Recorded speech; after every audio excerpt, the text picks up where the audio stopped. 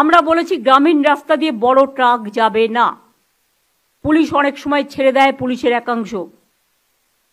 আমি পুলিশের রাজীব কুমার, মনোজ ভার্মা যারা আছেন তাদের বলবো, কোনো বড় ট্রাক গ্রামীণ কাঁচা রাস্তা দিয়ে বা পিচের রাস্তা তৈরি করে দিয়েছে পঞ্চায়েত, সেখান দিয়ে যাবে না।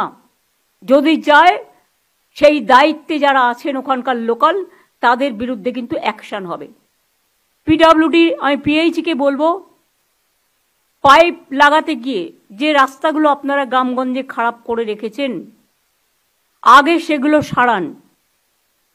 পিডব্লিউডিকেও বলবো, ইরিগেশনকেও বলবো, যার যার হাতে আছে বা পঞ্চায়েত, ধরুন আপনি একটা লাইন টানলেন, তারপরে রাস্তাটা সারালেন না, রাস্তাটা ভেঙে করলেন, যতক্ষণ আপনি সেই রাস্তাটা না সারাবেন ততক্ষণ আমি কিন্তু নতুন টাকা দেব না।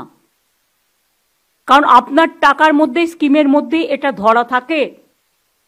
প্লিজ অল দ্য ডিপার্টমেন্ট যারা রাস্তা খুঁড়ে পাইপ নিয়ে গিয়েছেন, সেই রাস্তাগুলো ঠিক না করবেন, তাদের কিন্তু আমি টাকা দেয়া বন্ধ করে দেব নতুন কোনো স্কিমে, যতক্ষণ তারা, এবং ল্যান্ড অ্যাকুইজিশন আমি করব না, ক্যাবিনেটে আসলেও করব না।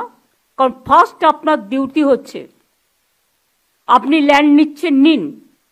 আপনি রাস্তা কেটে জলের জন্য পাইপ নিয়ে যাচ্ছেন, নিন। বিদ্যুতের জন্য পাইপ নিয়ে যাচ্ছেন, নিন। কর্পোরেশনের জন্য পাইপ নিয়ে যাচ্ছেন, নিন। এটাও মানুষের জন্য পরিষেবা, কিন্তু সাথে সাথে আপনাকে সেই রাস্তাটা ভালো করতে হবে।